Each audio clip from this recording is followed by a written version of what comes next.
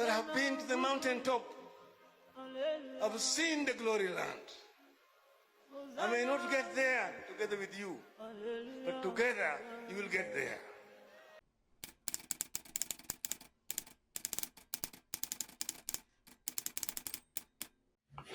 On 7th January 1945, in Maseno, in Kenya's Nyanza province, a child was born into a family that would shape the destiny of a nation. That child was Raila Amollo Odinga, son of a political dynasty and heir to Kenya's struggle for freedom and democracy. Raila grew up under the shadow and influence of his father, Jaramogi Oginga Odinga, who was Kenya's first vice president and a stalwart of the independence era in Kenya. He received his early schooling in mission schools in Nyanza before attending Maranda High School. In the mid-1960s, Raila went abroad to East Germany, where he studied mechanical engineering, graduating with a Master's of Science degree. On his return, he worked as an engineer and lecturer at the University of Nairobi, and later ventured into business, founding a manufacturing firm, among other ventures. But Kenya in the 1970s and 1980s was not just about industry and commerce. It was simmering with dissent for those who dared to challenge the status quo. Under the one-party dominance of Daniel Toroitich arap Moi, Raila emerged not just as a businessman, but as a voice for change, a voice against authoritarianism. In 1982, following a failed coup attempt by rogue Air Force officers, Raila, along with others, was accused of treason. The charges were eventually dropped. He spent many years in detention between 1982 and 1989. The years behind bars, exile, and multiple arrests forged in him a resolve, a commitment that he often said was not revenge, but for justice and freedom. For many Kenyans, his imprisonment symbolized the cost of dissent, but for Raila, it was proof that fighting for what is right often requires sacrifice. In 1992, after years of repression, Raila returned to the change in Kenya, a Kenya opening itself to multi-party politics. That year, he was elected Member of Parliament for Langata constituency.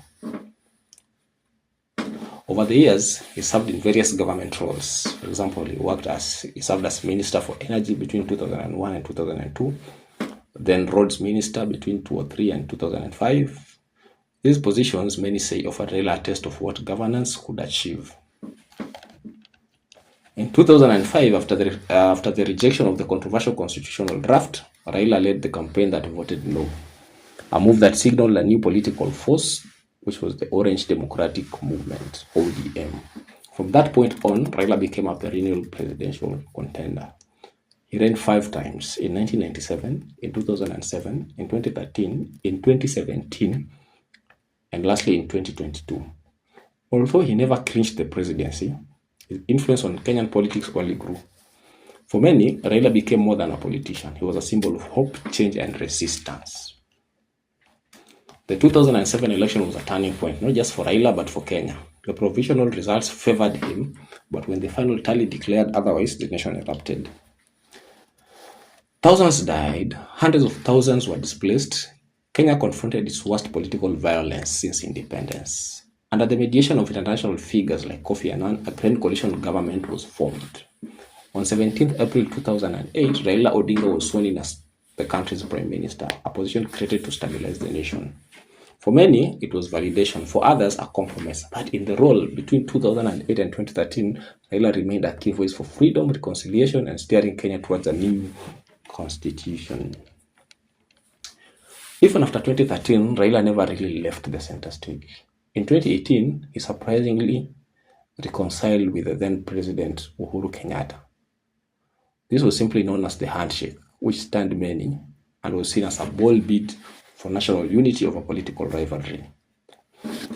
He also extended his leadership beyond Kenya. In 2018, he was appointed as a special envoy for infrastructure development by the African Union, a nod to his constitutional vision and experience in both engineering and governance. Through it all, despite multiple unsuccessful presidential bids, he remained a force, influencing policy, mentoring new generations, and keeping the dream of a fair, inclusive Kenya alive. On 15th October 2025, at the age of 80, Kenya lost one of its most enduring champions for democracy. Raila Odinga passed away in India while undergoing medication. No, that's really how to put it. he passed on India after suffering cardiac arrest. So as tributes poured in from across Kenya, Africa, and the world, many people spoke of a giant of democracy, a tireless advocate for justice, and a unifier whose influence transcended generations. But perhaps his greatest legacy cannot be summoned in offices held or elections contested, but in the ideals he carried, which were pluralism over oppression, hope over despair, and the belief that a better Kenya is possible. This is the story of Raila Odinga, an engineer, a political prisoner, a reformer, a leader, father of the nation's conscience, a man whose life became intertwined with Kenya's own journey. His journey may have ended, but his legacy lives on.